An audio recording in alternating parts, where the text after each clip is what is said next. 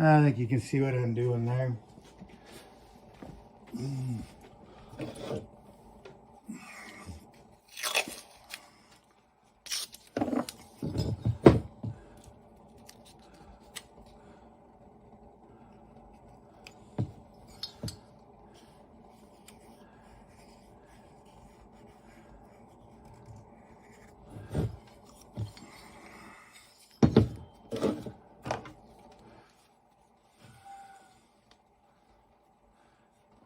This is just JB Weld. It's, you know, easy to find, easy to come by.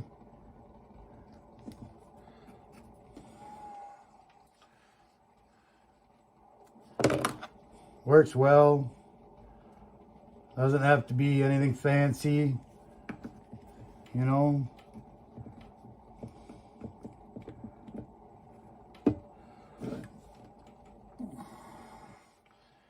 My old skidder out there, it's an old 440 John Deere, and we had some problems with water and oil, and talked to an old John Deere mechanic, and he said, well, it's, you know, it's the wet sleeve seals are leaking, and I'm no diesel mechanic, but I took it apart,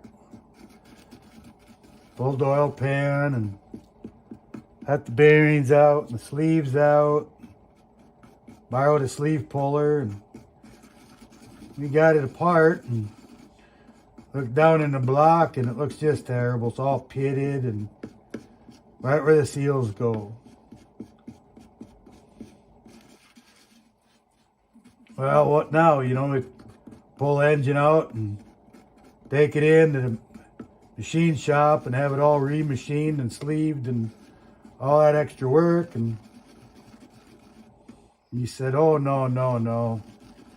And he said, just wipe some epoxy in there and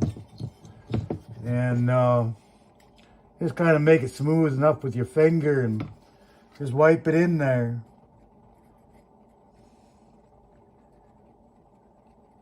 I thought, well, I ain't out much more than my time at this point, you know. And so that's what I did.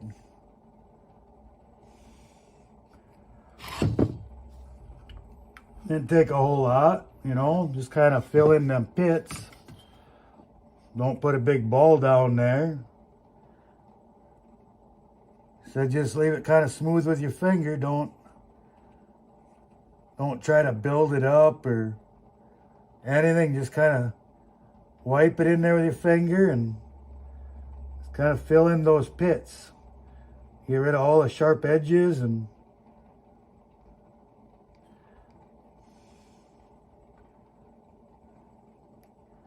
that's what I did. That 10 years ago or more, and still holding water today.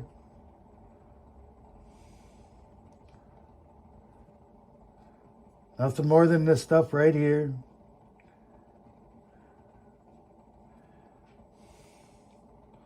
When I first put it in there, I'm rubbing it down into the metal.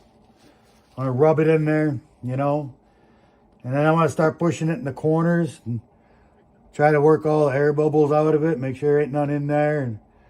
And you always end up with some air bubbles, small ones, but you don't want a big void in there. And just kind of push it in and roll it in, and then you can start building it up and keep them corners going, and put more in than what you need in there. And then we grind that to, we'll grind it to what we need it. You can kind of look on the back side on the tape and see how much you got in there. And a lot more than what we need. It's better to be looking at it than looking for it. So that's that. That's got to sit overnight. And we got to finish up the muffler and the carburetor. And we have another little clearance problem we'll have to deal with. ignition timing, and this thing will be done. Till the next one. Working on the intake again. Got our epoxy in there. It's dry. A piece of tape holding the epoxy back in the epoxy up on the port. Working with epoxy, it's a lot softer, and it's a little harder to work with than the aluminum cylinder itself. It's harder to keep it smooth, make it smooth, all that kind of stuff, and it's easy to take too much out too fast. So this kind of a slow process. Still not really slow, but it's a slower process than working with metal. So, and I'm looking for a specific port height, so I'll be back on a degree wheel. Put the epoxy in there, always get some on the face here, and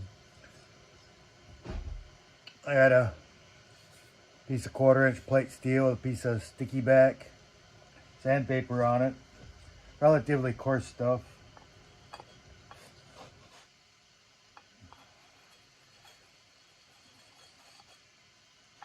Just clean up the face of that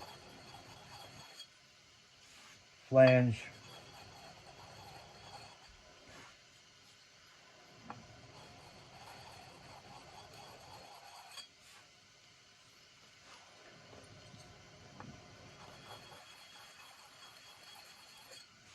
Anytime I'm correcting, like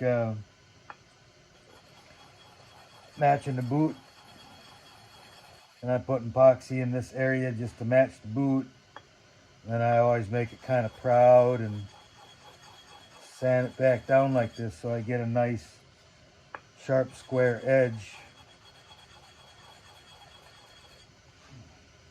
At least square edge, you know.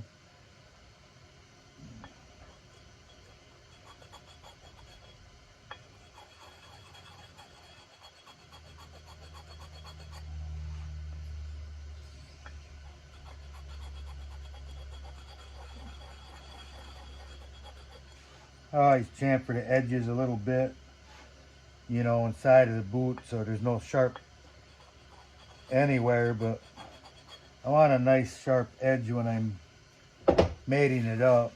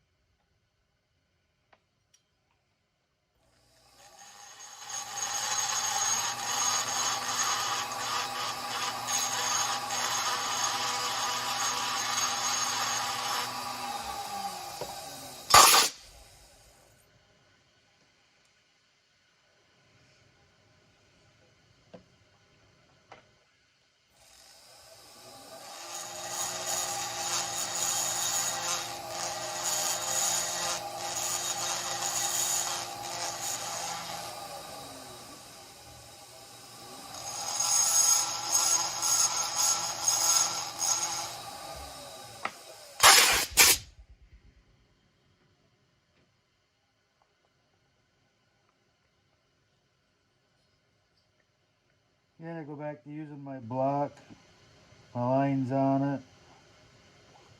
Kind of gives me an idea of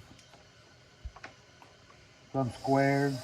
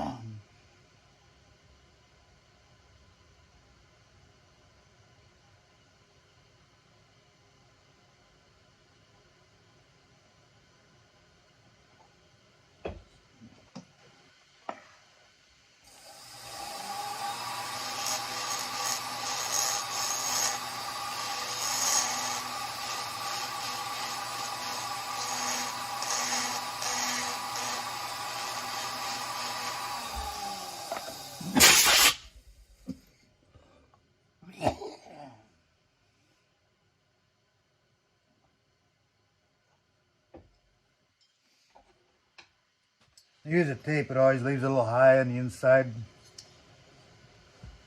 I use an old worn out dull round file. You can run this along the plating without scratching the plating if you're careful. You just can't get going on an angle down here on the chrome.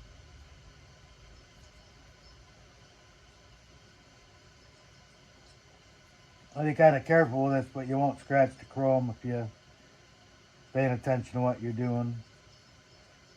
It's just making the epoxy flush with the plating in there.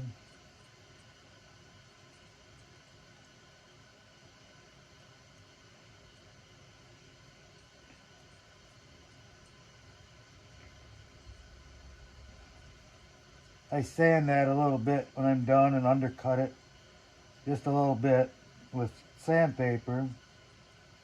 Not much, just, you know, kind of what I can do by hand in a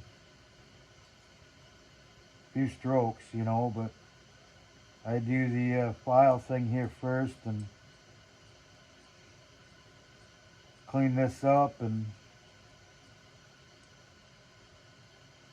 right now you couldn't even get a piston in there.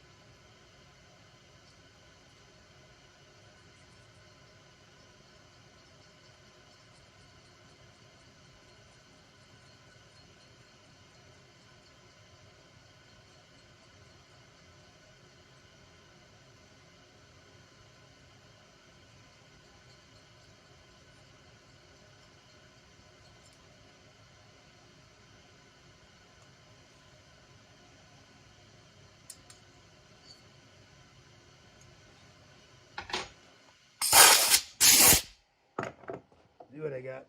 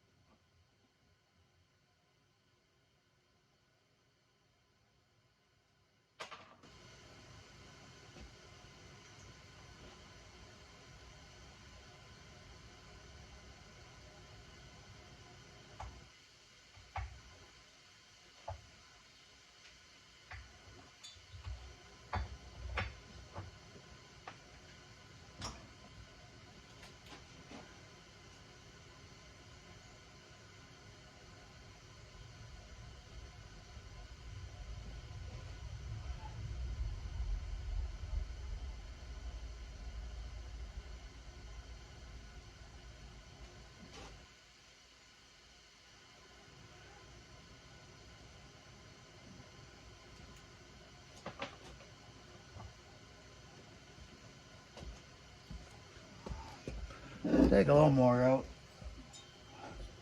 I do this in degrees,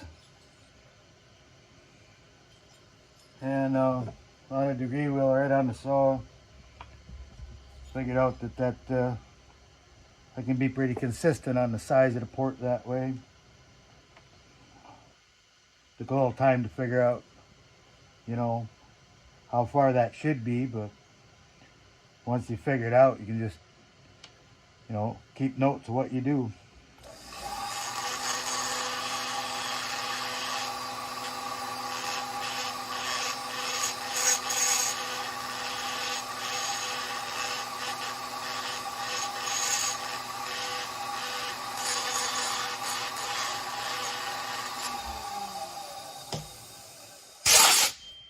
Every saw is a little different. Every saw wants something a little different.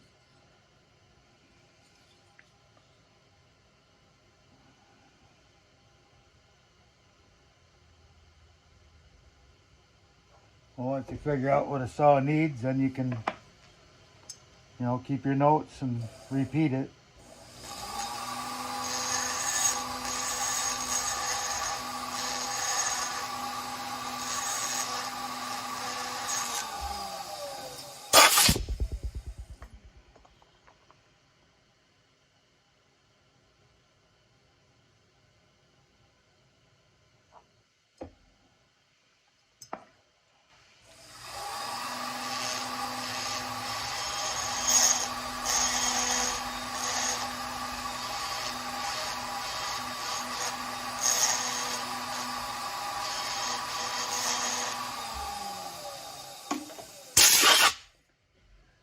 course, this is a lot less critical than the floor. You know, it's trying to increase the velocity, and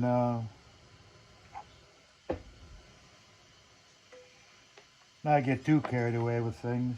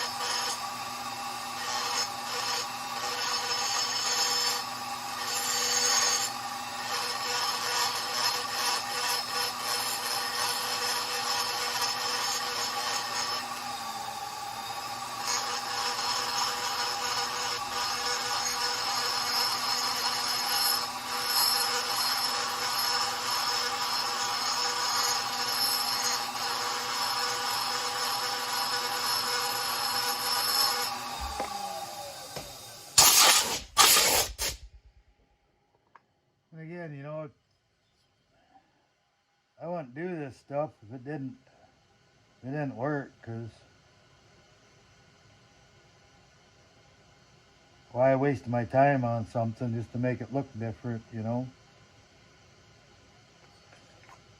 I know guys that'll do stuff in a cylinder to try to confuse people about what they done to it.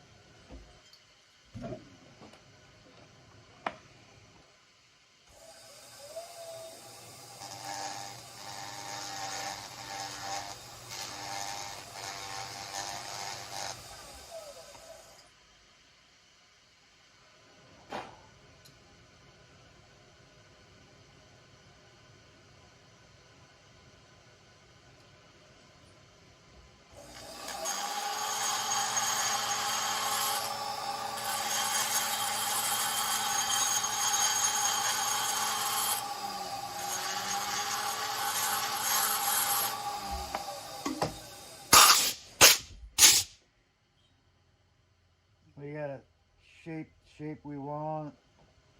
Work that in there, and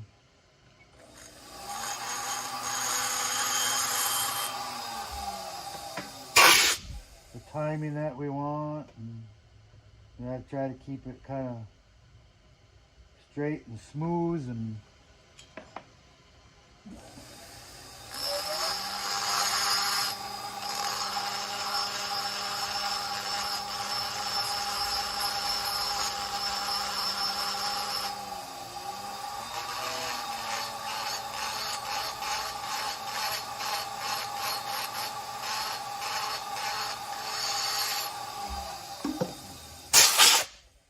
try not to grind a bunch of lumps and humps and holes in it.